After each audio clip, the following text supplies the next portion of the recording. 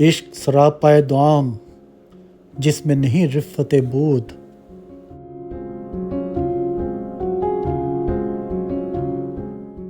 اقبال نے اس مسجد میں عشق حقیقی کی جھلک دیکھی، وہ عشق جو قوموں کو زندہ کرتا ہے، وہ عشق جو علم کو جنم دیتا ہے، وہ عشق جو تہذیبوں کو عروج دیتا ہے۔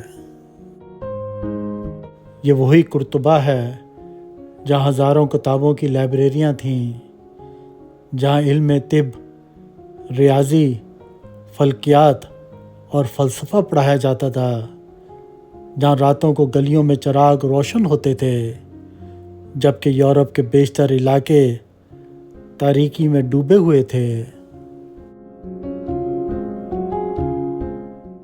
اگر آپ خاموشی سے چند لمحوں کے لیے کھڑے ہو جائیں تو ایسا لگتا ہے جیسے وقت رک گیا ہو۔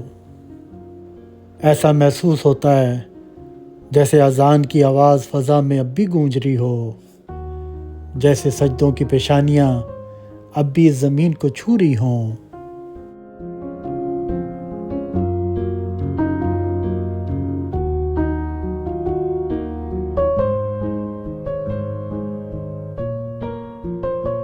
اب ہم پہنچ گئے ہیں اس مقدس محراب کے سامنے جہاں سے کبھی اللہ اکبر کی صدائیں گونجتی تھیں۔ محراب پر سونے کی جھلک لیے موزک باریک خطاطی اور وہ نورانی آیات جو دیواروں پر کندہ ہیں، یہ صرف فن تعمیر نہیں، یہ ایمان کی روشنی ہے جو پتھروں میں بھی سانس لے رہی ہے۔ اس محراب کے گرد جو قرآنی آیات لکھی گئی ہیں، ان میں سے ایک عظیم آیت سورۃ الحشر کی ہے، جس کا اردو ترجمہ ہے، وہی اللہ ہے جس کے سوا کوئی معبود نہیں، وہ ہر پوشیدہ اور ظاہر کو جاننے والا ہے، وہی نہایت مہربان اور رحم کرنے والا ہے۔ یہ آیت ہمیں بتاتی ہے کہ طاقت، علم اور اختیار صرف اللہ کے پاس ہے۔ جب اندلس کی سرزمین پر اسلامی تہذیب اپنے عروج پر تھی تو یہی عقیدہ اس کی بنیاد تھا۔ اسی طرح سورۃ الاخلاص کے الفاظ بھی اسی خطاطی میں جھلکتے ہیں، جس کا اردو ترجمہ ہے، کہہ دیجئے وہ اللہ ایک ہے، اللہ بے نیاز ہے۔ یہ محراب گویا اعلان کر رہی ہے کہ توحید ہی اس عظمت کی اصل بنیاد تھی، نہ کوئی بادشاہ، نہ کوئی سلطنت، اصل طاقت صرف اللہ کی۔ ان سنہری حروف کو دیکھ کر دل گواہی دیتا ہے کہ یہ صرف سجاوٹ نہیں، یہ ایک پیغام ہے، ایک دعوت ہے، انسان کو اس کے رب کی طرف بلانے کی دعوت۔ یہ آیات، یہ نقش و نگار، یہ فن تعمیر سب گواہی دیتے ہیں کہ جب ایمان زندہ ہو تو فن بھی عبادت بن جاتا ہے۔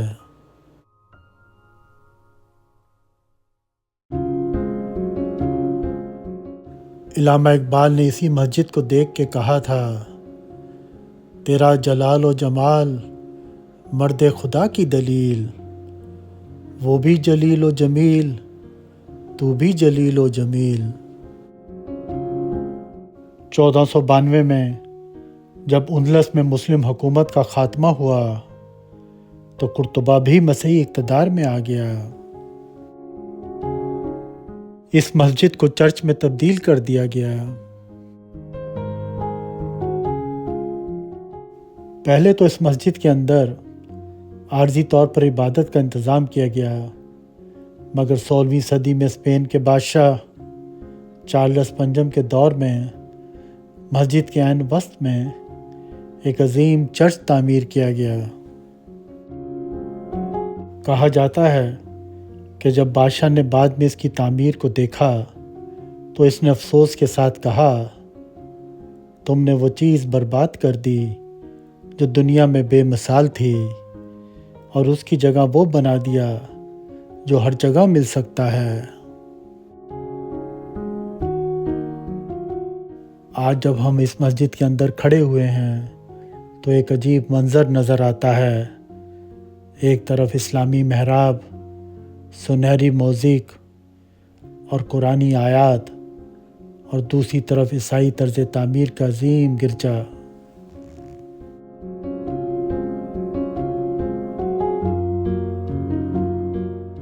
یہ منظر صرف اینٹوں اور پتھروں کا امتزاج نہیں، یہ تاریخ کا مکالمہ ہے۔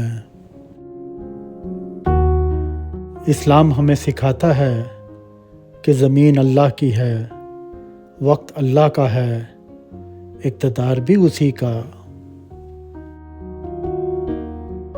قرآن مجید میں اللہ تعالیٰ ارشاد فرماتے ہیں، جس کا اردو ترجمہ یہ ہے، اور یہ دن ہم لوگوں کے درمیان بدلتے رہتے ہیں۔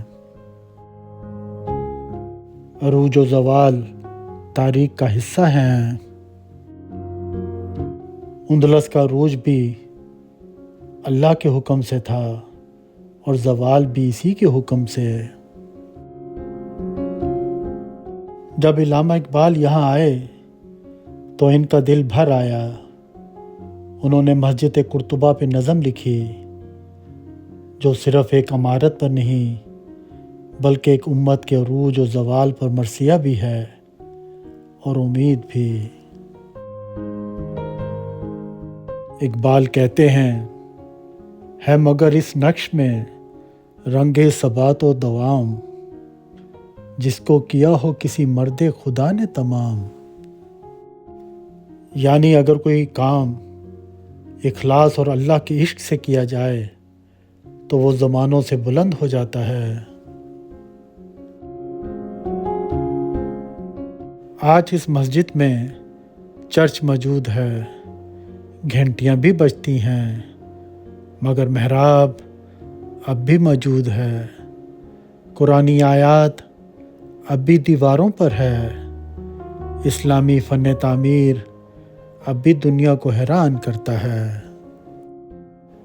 یہ ہمیں سکھاتا ہے کہ طاقت وقتی ہوتی ہے، مگر ایمان کا اثر دائمی ہوتا ہے۔ حکومتیں بدل جاتی ہیں، مگر سچے عقیدے کی روشنی باقی رہتی ہے۔ ہمیں اس تاریخ کو نفرت کے ساتھ نہیں دیکھنا چاہیے، بلکہ عبرت کے ساتھ دیکھنا چاہیے۔ اسلام ہمیں عدل، صبر اور حکمت سکھاتا ہے۔ یہ جگہ ہمیں یاد دلاتی ہے کہ اگر ہم علم، اخلاق اور کردار چھوڑ دیں تو صرف عمارتیں باقی رہ جاتی ہیں، اور اگر ہم قرآن کو تھام لیں تو حالات بدل سکتے ہیں۔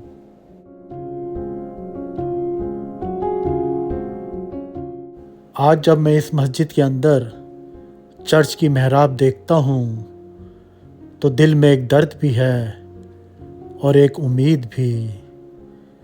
درد اس بات کا کہ ہم نے اپنی عظمت کھو دی، اور امید اس بات کی کہ اگر ہم وہی ایمان، وہی علم، وہی اتحاد دوبارہ پیدا کریں تو اللہ کی مدد پھر آ سکتی ہے۔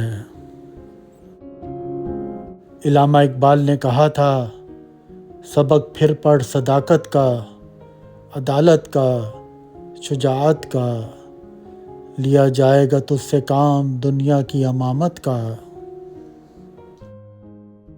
یہ مسجد ہمیں ماضی پر رونے کے لیے نہیں بلکہ حال سنوارنے کے لیے بلاتی ہے۔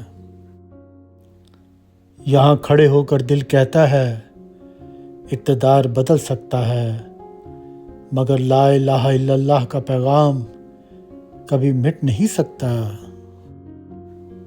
یہ مسجد اور چرچ کا یہ امتزاج ہمیں تاریخ کی سب سے بڑی حقیقت سکھاتا ہے۔ وقت بدلتا ہے مگر سچ باقی رہتا ہے۔ یہ مقام ہمیں رلانے کے لیے نہیں بلکہ جگانے کے لیے ہے۔ یہ ہمیں ماضی پر فخر سکھاتا ہے مگر حال کو سنوارنے کی دعوت بھی دیتا ہے۔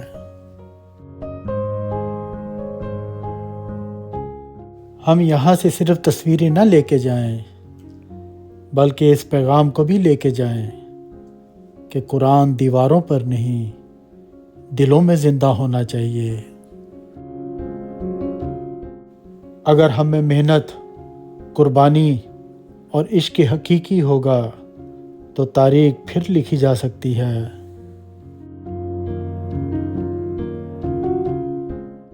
آج اگر ہم کمزور ہیں تو ہمیں اپنے ایمان کو مضبوط کرنا ہوگا، اپنے کردار کو بلند کرنا ہوگا اور اپنے رب سے تعلق کو پھر سے زندہ کرنا ہوگا۔ اب جب میں اس عظیم مسجد سے باہر نکل رہا ہوں تو دل میں ایک عجیب سی خاموشی ہے، جیسے یہ ستون مجھے رخصت کرتے ہوئے کہہ رہے ہوں کہ یہاں سے پیغام لے کے جاؤ، صرف تصویریں ہی نہیں۔ میں یہاں سے تاریخ کی یادیں نہیں لے کے جا رہا بلکہ ایک عزم لے کے جا رہا ہوں کہ ایمان، علم اور کردار ہی اصل طاقت ہے۔ یہ تھا ہمارا آج کا ویلاگ۔ امید ہے آپ کو ہماری یہ ویڈیو پسند آئی ہوگی۔ کائنڈلی لائک، سبسکرائب اور شیئر مائی یوٹیوب چینل۔ مجھے دیجیے اس مقام سے اجازت۔ ملتے ہیں اپنے اگلے ویلاگ پہ۔ اپنا بہت سا خیال رکھیں۔ اللہ حافظ۔